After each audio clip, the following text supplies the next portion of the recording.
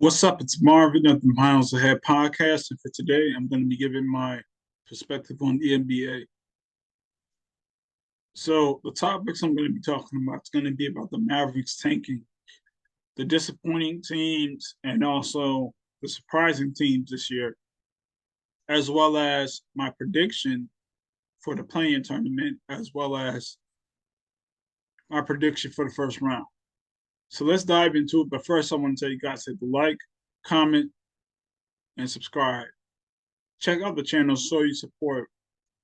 I have about 60 plus episodes on Anchor, Spotify, and Apple, and about 20 plus episodes on YouTube. So be on the lookout for great content. So let's dive into it. So the first thing I'm going to be talking about is going to be about the Mavericks tanking. Okay. So recently, Mark Cuban, he decided to shut it down. Okay, for the Mavericks season. I believe in the last game where the Mavericks were in contention to be able to get into the play-in tournament at least. Luka Doncic, he played one quarter. Okay. And the next thing you know, in the final game, Kyrie Irving, he didn't play. Neither did Luka Doncic, and neither did any of the key players in the team play in the game. Okay. So the Dallas Mavericks, they just took themselves out of being in contention for the play-in, only to get the 10th round pick. And everybody, they want to, for whatever reason, blame this on Kyrie Irving. And Kyrie Irving, he's actually been playing great for that franchise. Okay. He's been averaging a great amount of points. He's been playmaking well. He has been turning the basketball over. And honestly, this is really all on Luka Doncic and Mark Cuban. Okay. So Mark Cuban, he's the reason why that the Mavericks are not in high contention every year. I mean, it started with Steve Nash when he decided not to keep Steve Nash and let Steve Nash go to the Suns. The next thing you know, Steve Nash, he ends up going to 3 more conference finals, as well as getting 2 MVPs. I mean, just imagine what would have happened if Steve Nash had stayed with Dirk Nowitzki. Maybe they go on a few finals runs and get a couple championships together. Then the next thing you know, the Dallas Maverick franchise, they're in a bigger light when it comes to their stardom. And then on top of that, in 2011, after they won the championship, Mark Cuban, he decided not to go for a repeat. So he decided to let certain players go, key players like Tyson Chandler go. So that's what happened with the 2012 team. They weren't the same the following year. Okay. And that's because of Mark Cuban. Now, this year, he decided to not go with Jalen Brunson. Okay. In the previous year, after Jalen Brunson had led this team to the second round, because Luka, he was injured in the first round against the Utah Jazz. And he outplayed Donovan Mitchell and Rudy Gobert. Then the next thing you know is he ends up being a very key piece in helping the Dallas Mavericks get to the conference finals. All right. And what Mark Cuban said is the reason why that the Mavericks did not sign Jalen Brunson is because of his father, which that's not the truth. The Dallas Mavericks, they had Jalen Brunson's birthrights, right? So that would just mean that all they had to do was just pay up, and they decided not to. Plus, and on top of that, the city of Dallas or Texas, they don't have state tax, okay? While New York does. And Jalen Brunson, he took the New York risk, and now it's working out for him. I mean, he's a highly impactful player for the Knicks. He plays very poised. He's not always taking 3-point shots. He's taking mid range and he's getting to the rim. So the Knicks fan base, they have somebody that they can believe in. And he could have been the co-star to Luka. But no.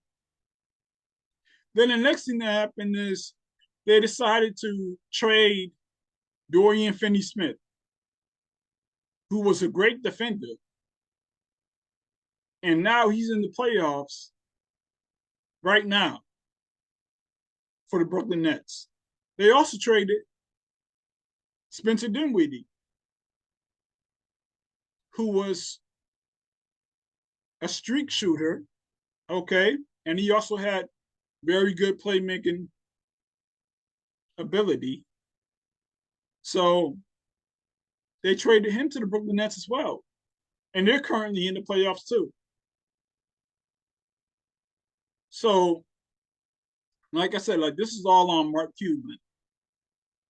I don't think that he really ever wanted to be in true competition of winning a championship. I just don't. Because if he was, he would not be making all these decisions that cost the team. Then he turns around and then he sits out Luka and also Kyrie Irving for the rest of the season, not giving athletes a chance to get the win and be able to potentially get a first round upset against the Nuggets. I mean, what do you guys play for? A ring.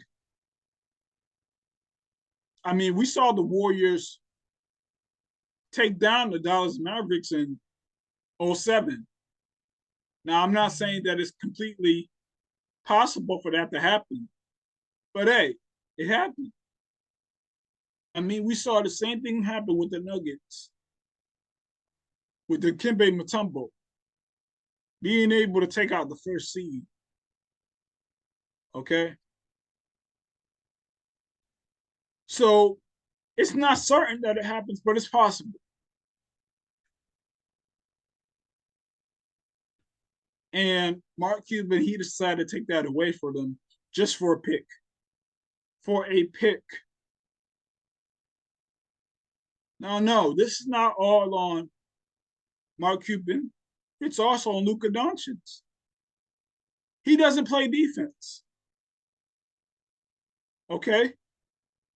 For as much as we used to go at James Harden, Jokic, and whoever else that you guys want to say that doesn't play defense, Luka, he does not play defense at all. He does not get nearly as much criticism as they do. All right? And this is just a really big step back. Last year, he was in the conference finals. Now, I did predict that he will go to the conference finals last year. I knew that he would be able to beat Chris Paul and Devin Booker. I knew that. Okay? Because I felt like he had the it factor, which is something that eluded Chris Paul in his whole career and also Devin Booker. Okay? And when it came to Luka Doncic and his ability to play basketball, he needs the basketball to be able to be potent. Luka Doncic, he doesn't play off ball. All right, he's not setting screens. He plays a heliocentric level of basketball where everything revolves around him. That's the only way he could be effective, which makes sense for why they brought Kyrie Irving on. But even Kyrie Irving was a better defender than Luka Doncic was. Let's talk about it. Kyrie Irving, he played great for that franchise. You can't blame all this on Kyrie Irving, especially since he's coming in new to a team like this. Christian Wood, he did not pan out how people thought that he would. All right.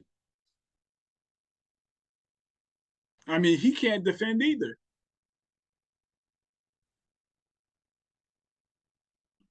So to me, when it comes to Luka Doncic, he really did take a step back. You can't call him a superstar. I mean, even though that he made that run last year, I never called him a superstar. I called him a bubble superstar, somebody who's on the cusp. To me, a superstar is when somebody gets to the finals and plays well, at least, or win a championship, win an MVP or finals MVP. You got to have those things in order for you to be considered a superstar.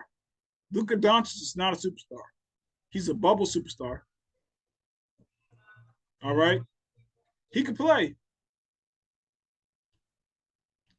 But at the same time, when it comes to Luka, it's hard to play with. He needs the ball constantly. Constantly. So that's the problem with Luka. And when it comes to Kyrie Irving, he needs the ball too. And they're literally playing your turn, my turn on that team. So that's just my perspective on the Dallas Mavericks and their situation. Can they end up getting better from the situation? I don't think so. I could see Luka Doncic deciding to want to leave after a situation like this. I can see that happen. So that's my perspective on the Mavericks tanking. The next thing I'm going to move on to is the teams that I'm disappointed in and the teams that I'm surprised about. So the teams that disappointed me, in my opinion, were the Timberwolves. Okay. I thought that this team was going to be the fourth seed. I thought that they were going to be a really good team because of Rudy Gobert's defense. They also had added in some good players like McDaniels. And, you know, they were just getting some key parts for their team. And then you got the emergence of Anthony Edwards. And then all of that came crashing down. Karl Anthony Towns, he was not playing up to snuff on the defensive side of the ball. And I actually thought that the fact that Rudy Gobert was there, it would actually help Karl Anthony Towns play better defensively. But it didn't. He played worse, which is why they're in the play-in. The next team that disappointed me was the Hawks. I thought that this team was going to be the fourth seed too, possibly be competing against the Cavaliers in the first round. But hey, didn't end up happening that way. Because Trae Young, he takes too many shots, and he thinks that he's Steph Curry, and he's not. I mean, he takes way too many shots from 30 feet. He's not that efficient. Now, he does have a great talent. He has great ball handling ability, and he has the ability to believe in himself at a very high level. He's very talented. He's a great passer, and he knows how to get to the line. But at the same time, he's just somebody who did not get in the weight room. If he gets in the weight room, his game will be better. That's his problem. He needs to add weight onto him in order for him to be a better basketball player. And I thought that the addition of DeJounte Murray would definitely boost his team up. But that ended up not being the case at all. So, and I definitely did not expect for their coach to be fired, and Nate McMillan. I mean, just a few seasons ago, he was able to get them to the conference finals. And last year, into the playoffs. The next thing you know, they're out of playoff contention, and now they're in the play-in. So, yes, this team also disappointed me as well. The last team that disappointed me, which I already did speak on the Mavs, but this is the last team that disappointed me. It's the Heat. The Heat, they played great last year. Okay? I mean, Jimmy Butler, he had his team as the third seed. They were in the conference finals, a shot away from getting to the finals. And he missed it. I mean, he definitely could have took a better shot. Maybe going to the rim. Or going to the rim and kicking it out for three. But that's not his shot.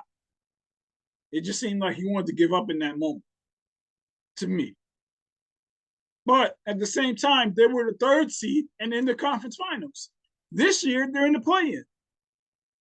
That's not good. So this team also disappointed me this year. Okay? So now I'm going to move on to the teams that surprised me this year. It's not all doom and gloom. It's some fire in there. Okay? So let's get into the teams that surprised me this year. Just give me a second. So the teams that surprised me are the Celtics. I mean, we did not expect for them to go through all the drama before the season started. And then all of a sudden, they're second in the East. I didn't.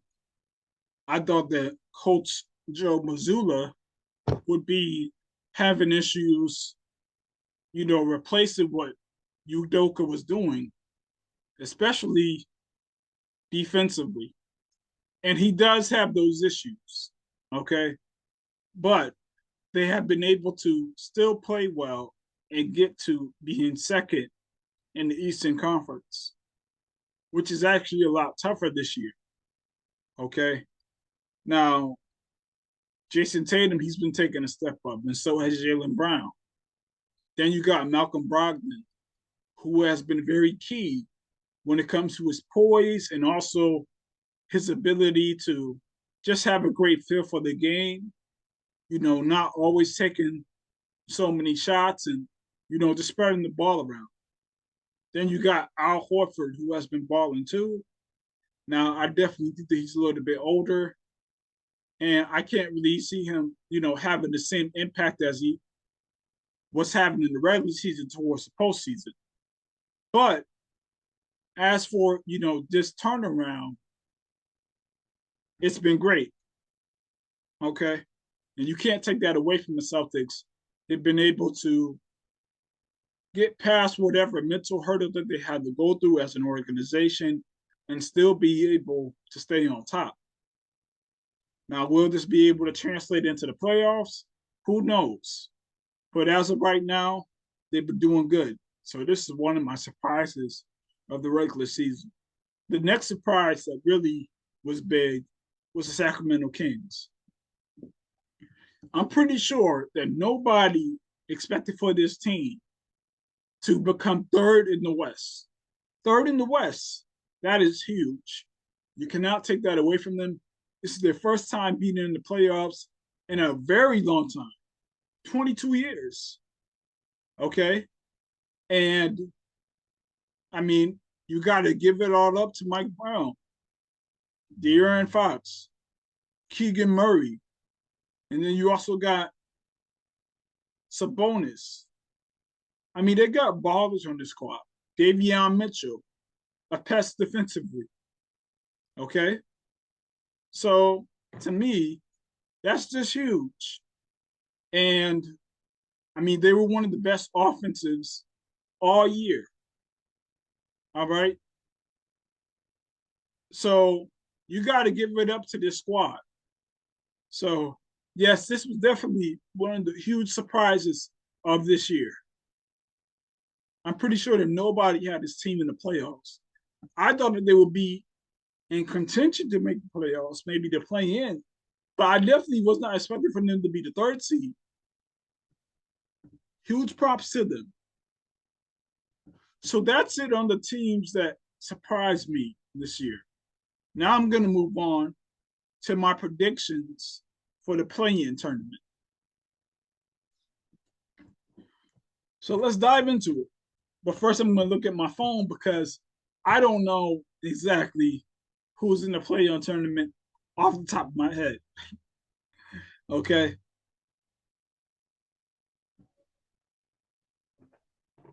So I'm going to be starting out with the Western Conference. And I'm going to start with the OKC Thunder versus the Pelicans. So I'm predicting that the Pelicans are going to win this game in a close one. I can see this going either way because of the greatness of Shai Gilgeous-Alexander. I mean, he's averaging 30 plus points per game. And, you know, he's really good as a basketball player. I mean, he's not always shooting threes to get his buckets. He actually takes it inside. He takes little mid-range jumpers and stuff like that. And he's just a really good player. They have a really good squad around them with Dort and Giddey. And, I mean, like, they got bottles on this squad. So, to me, I think it's going to be a very tough game. But I'm going to have to lean towards the playoff experience of Brandon Ingram. Okay? The playoff experience of CJ McCollum. Okay? They have a nice squad. They got Jose Alvarado. I mean, he hasn't been playing all season for the most part, but they got Trey Murphy. So they got some ballers on their squad. I'm going to go with the Pelicans to win this game 115 to 100. Okay? I'm expecting for this team to play a little bit better defensively than the OKC Thunder. So that's my prediction for this game. So for the next game I'm going to be diving into is going to be the Lakers versus the Minnesota Timberwolves. The Minnesota Timberwolves, they have been balling as of lately, especially offensively. With Anthony Edwards, and now you got Karl-Anthony Towns back. And they had McDaniels, but, you know, obviously we all know that he recently just punched his hand out. So it's going to be very tough for their squad to be able to come through. But, you know, they got Mike Conley too. And they also still got Rudy Gobert. But as I heard, he's not playing in the next game either because he decided to punch Kyle Anderson. So I'm just going to have to go with the Lakers to win this game. Okay? I do think that the Minnesota Timberwolves are going to push this team for sure. I can see this going to 120s type of game. But I expect for the game to be close. Okay? I think that Anthony Edwards, he's definitely going to show up in this game. Carl Anthony Towns, I'm expecting for him to have a big game. And Mike Conley, I'm expecting for him to have a very poised game. So to me, I'm just gonna have to go with the Lakers, man. I mean, they got more experience. Carl Anthony Towns, he does make a lot of dumb mistakes with the basketball. And also, I mean, they got LeBron James and they got D'Angelo Russell. So I think that Anthony Davis, he's going to play a big impact defensively and offensively. But that's my prediction for this side of the bracket for the Western Conference. Now I'm going to move on to the Eastern Conference side.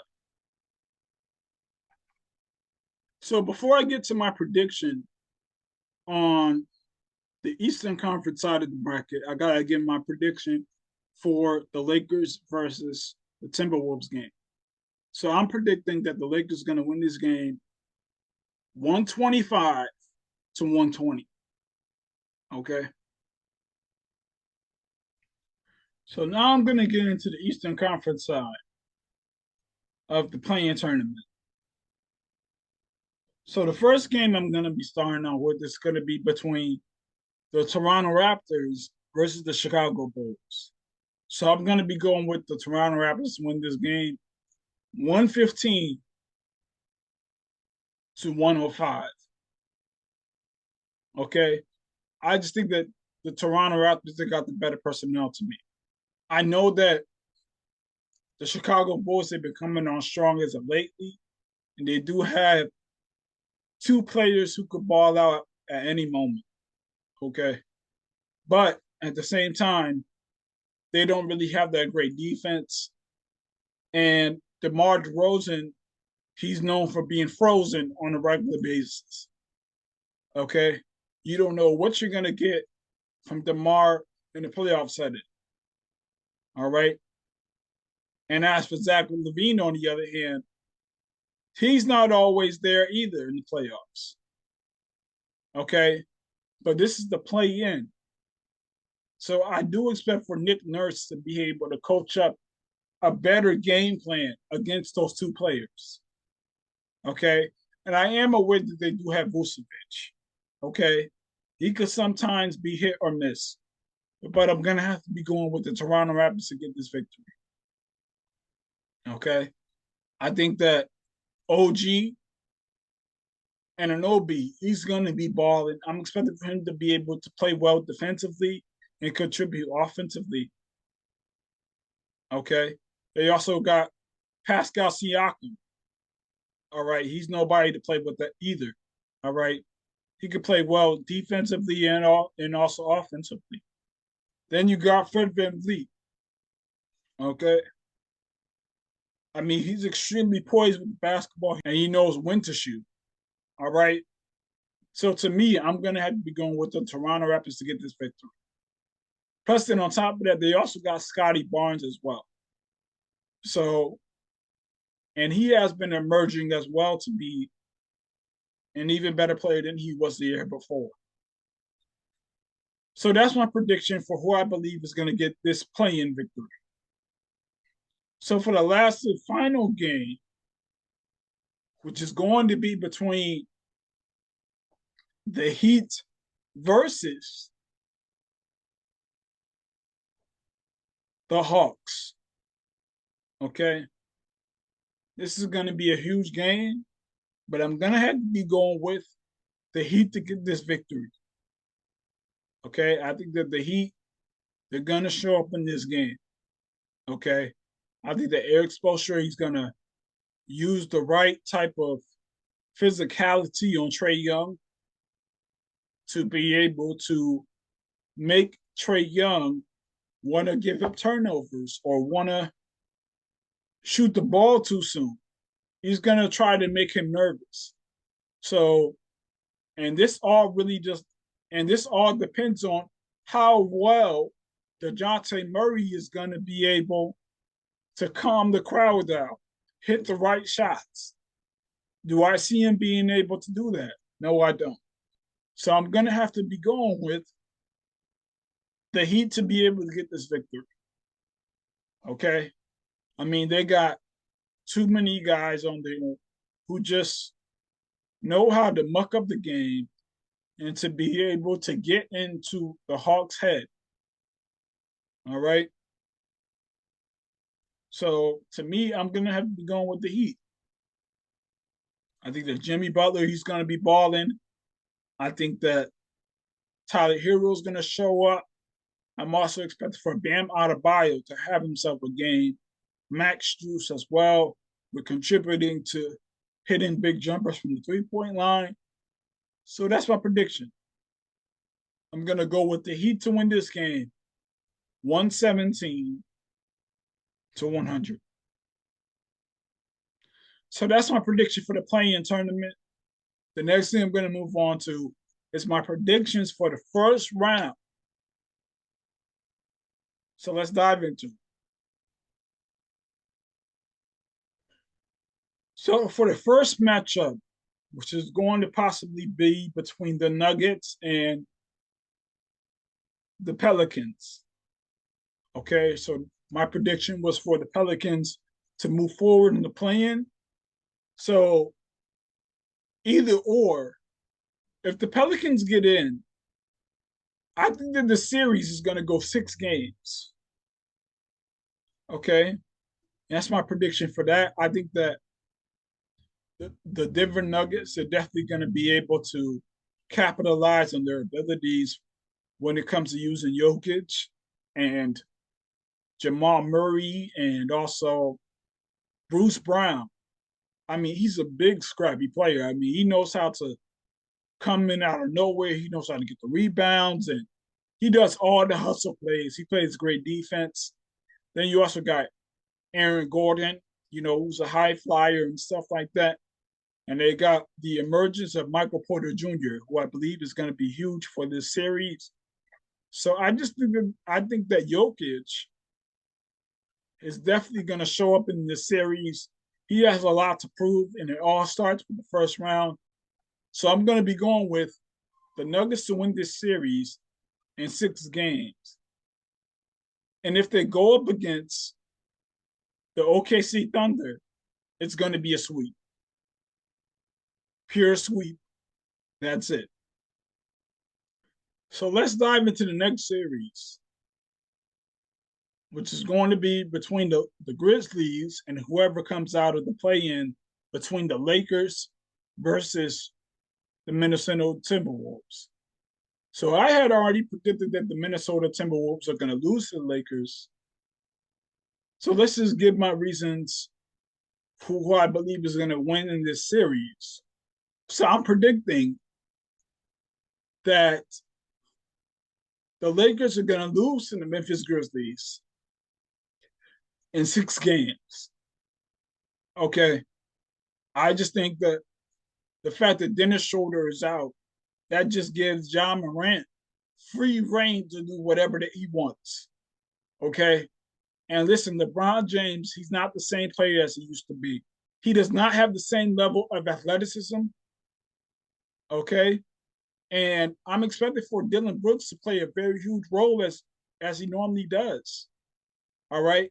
Then they also got Tyus Jones, who's a great backup point guard. I mean, he could basically be a starting point guard for any team in the league, but he's a backup point guard for the Grizzlies. I mean, he makes key shots and he comes up clutch. All right. He has good games.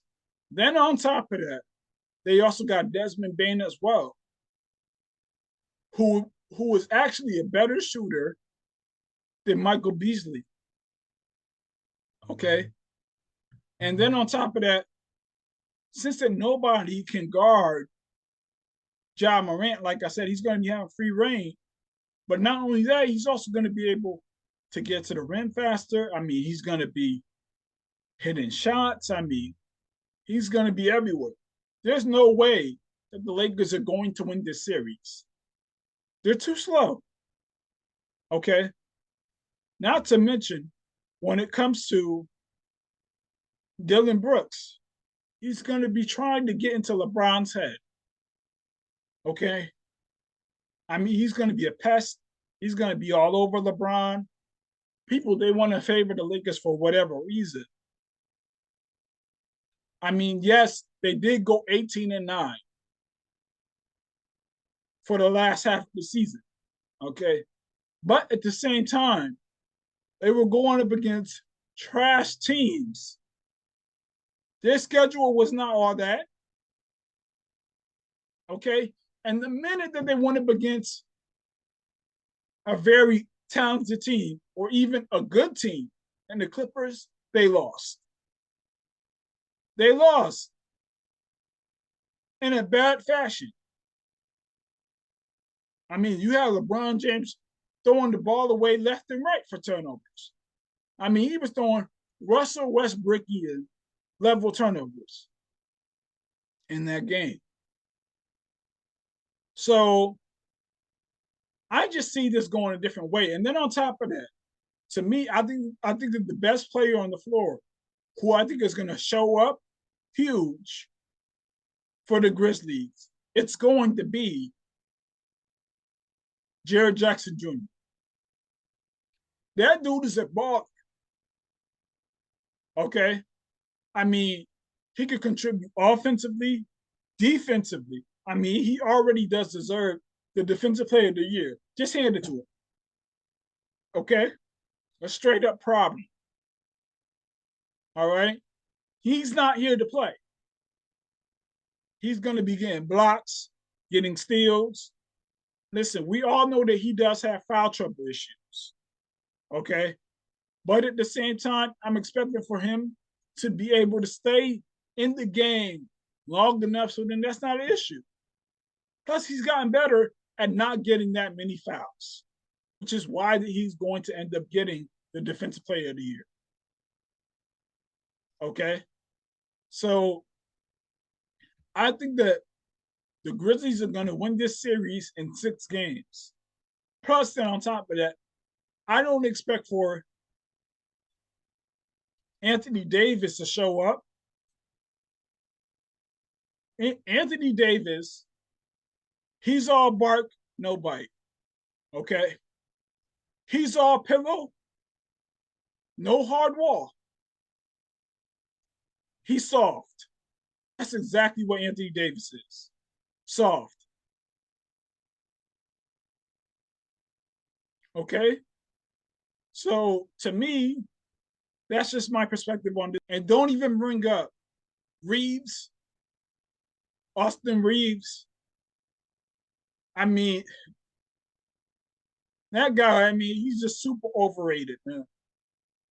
Okay? Super overrated. I think that the minute that somebody gets physical with him, he's done. He's out of it. All right?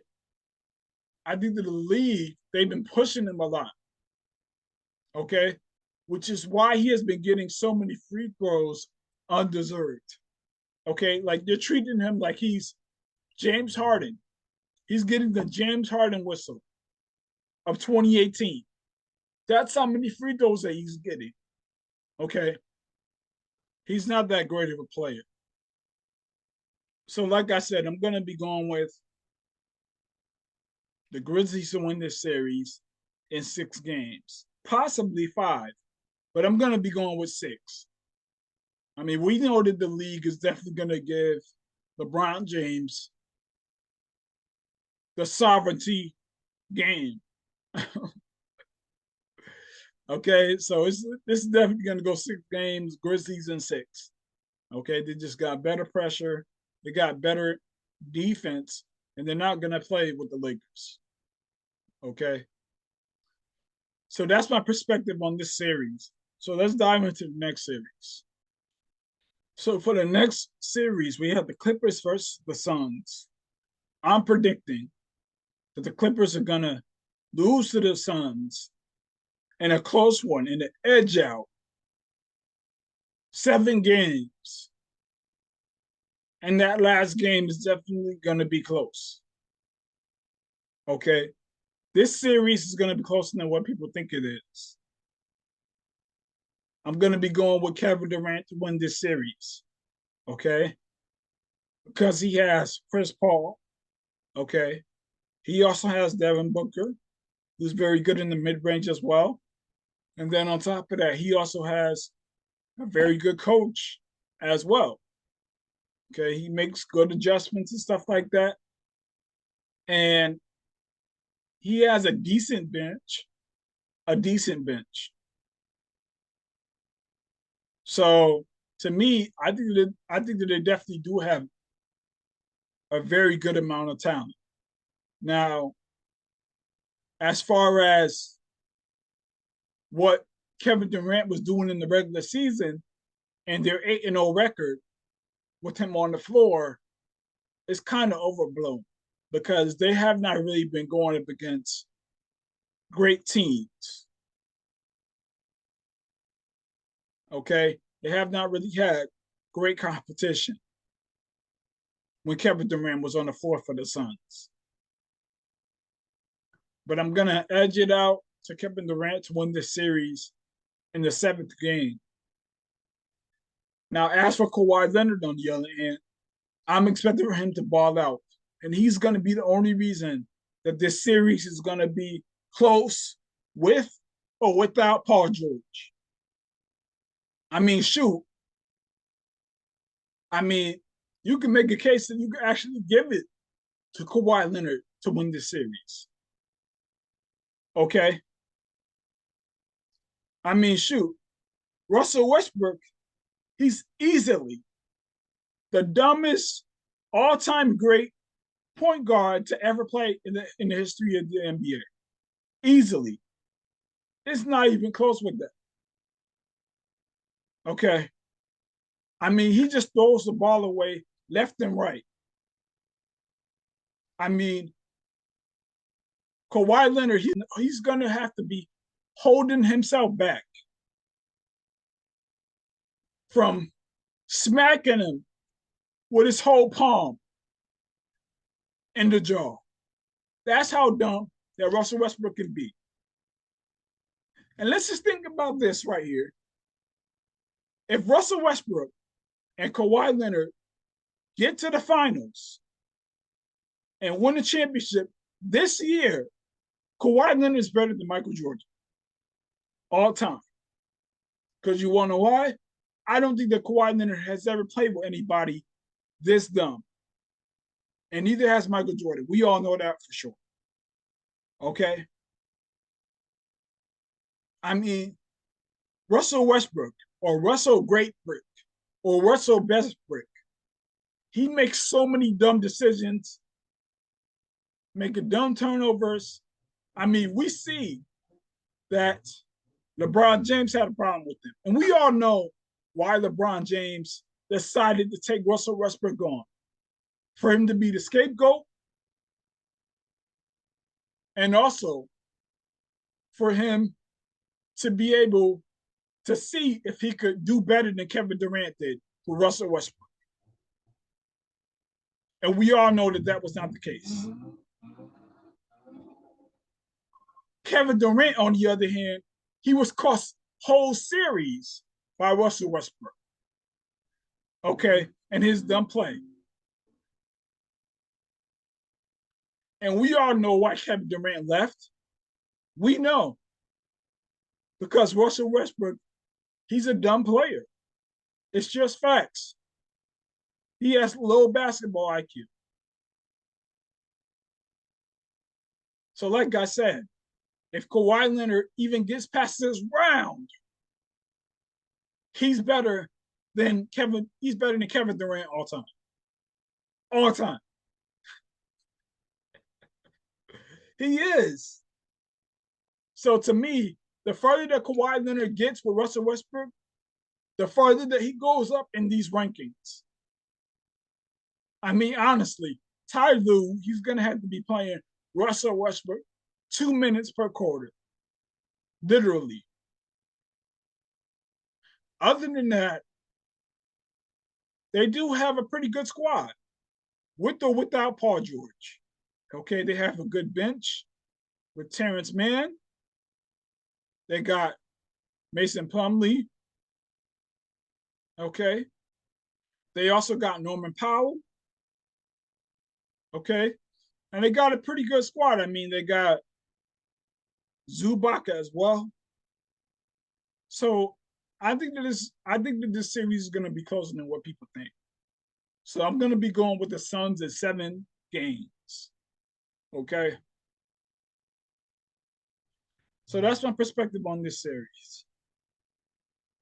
So for the next series I'm going to be diving into, it's going to be between the Warriors versus the Kings.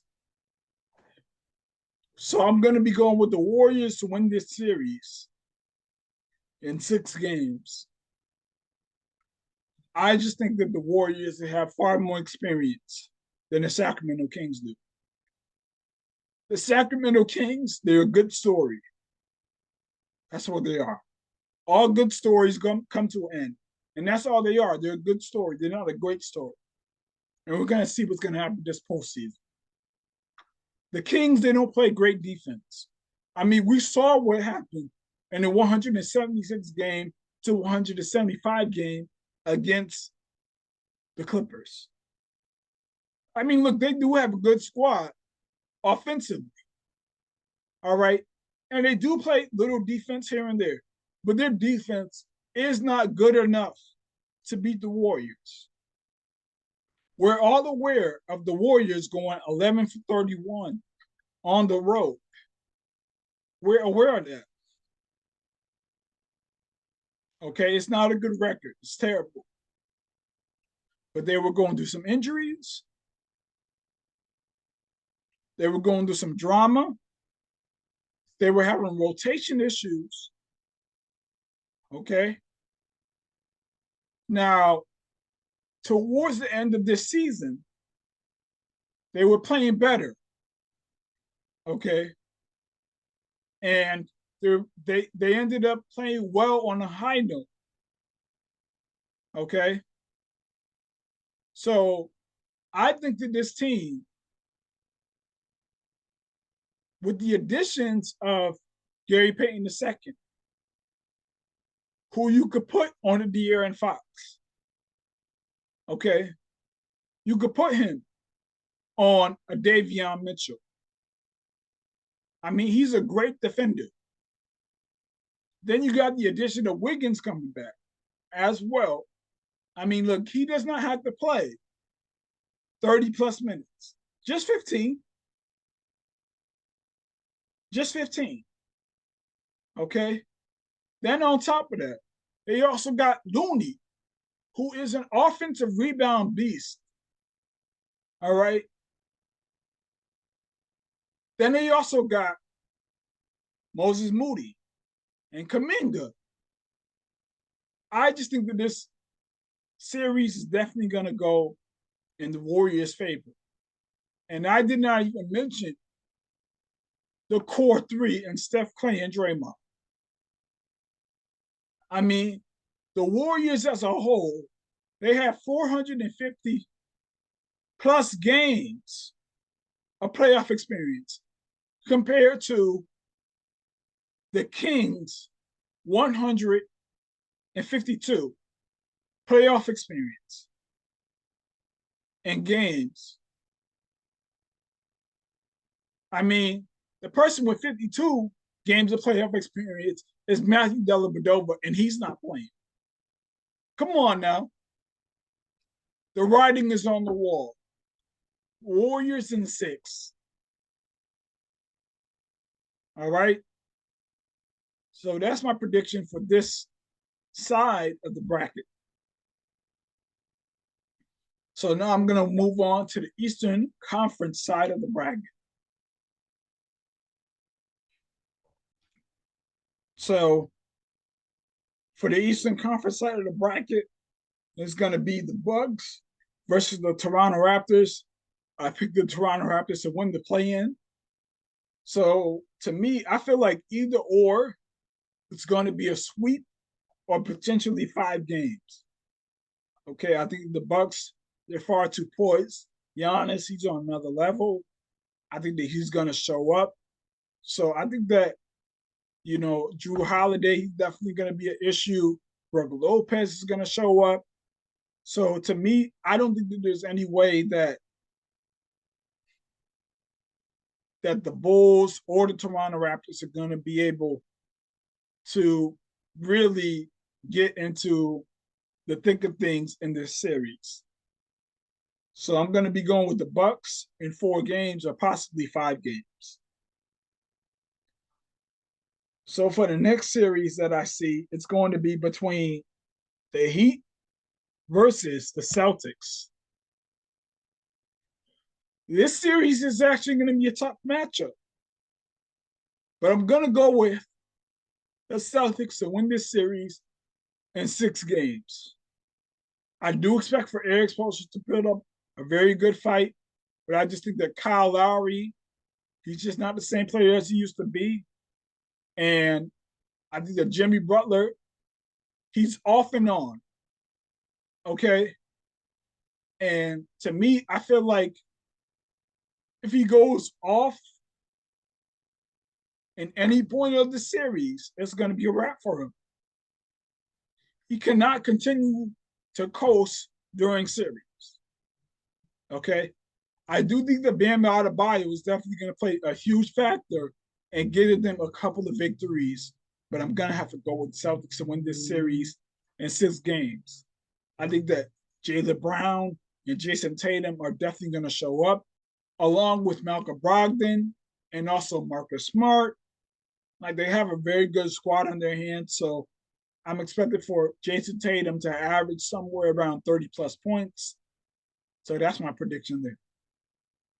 Now for the next series, which is going to be between the Sixers versus the Nets. I'm predicting that the Sixers are going to win this series in 6 games. I just think that Joel Embiid, he's definitely going to have a series. I think that he's going to ball out. I think that he's going to do well defensively and offensively. I do not expect for him to get 10 to 12 plus rebounds. I can't see that happening since that he was barely doing that in the regular season. But I do expect for him to be able to be consistent offensively against this team. Now, the reason why I think that this is going to go 6 games is because of Mikal Bridges. Okay? He could really play. All right. And I do expect for him to get into James Harden's head. And I'm expecting for Tyrese Maxey to be able to have some trouble with this team's length. Okay. They don't just have Mikal Bridges, they have Dorian Finney-Smith, and they also have Spencer Dinwiddie as well. I think that this series is going to be a tough series, but I'm going to have to go with the Sixers to win this series in 6 games. Okay. I mean, they do have a very good squad. I mean, they got Melton. He's a very good player off the bench. And they also got Tobias Harris. So, I mean, and the fact that Joel Embiid, he's potentially going to be getting the MVP. He has to show up in the first round at least. Doc Rivers, he cannot afford to lose in the first round. Because if he does, he's out of there. Okay? And shoot, who knows? They might trade Joel Embiid and James Harden. Talk about trust the process. The process is definitely over, for sure. So that's my perspective on this series. And the next thing I'm going to move on to, and here's the last series, which is going to be between the Knicks versus the Cavaliers. I'm going to give you guys a shocker, an upset. I'm going to go with the Knicks to win this series in 7 games. Yes, that's right, 7 games. I think that Donovan Mitchell, I think that he's going to have himself a good series, but I can't see him doing this consistently. Having 30-plus point games the whole series. I can't see that happening. Now, I do think that Darius Garland is definitely going to have a good series as well. But I just think that Tom Thibodeau, he's definitely going to be coaching up a good game plan, especially defensively. Okay? That's just my expectation. Okay? I think that Jalen Brunson is going to be huge. I think that Julius Randle, he's going to play a huge part too. Okay. And he has to. But honestly, I think that this all falls on Jalen Brunson. Okay. If Jalen Brunson can just have consistent bench help, okay, I think that they have a chance of winning this series. Don't rule out Josh Hart. Don't rule out Obi Toppin. I feel like these guys can show up. Now, the Cavs, they definitely still do have a squad on them. They do. And I would not be shocked if the Cavs win this series in 7 games. But it's going 7 games. Okay? It is. I mean, the Cavs, they got a very nice squad too, with Jared Allen and Evan Mobley and Karis LeVert. I mean, they got a squad on them. But I'm going to have to go with the Knicks to win this series in 7 games. Okay? So that's my prediction for the first round matchup. And also, that's my perspective on the NBA. And remember, let's not be inches, feet, meters, nor yards. Let's be miles ahead. Have a good one.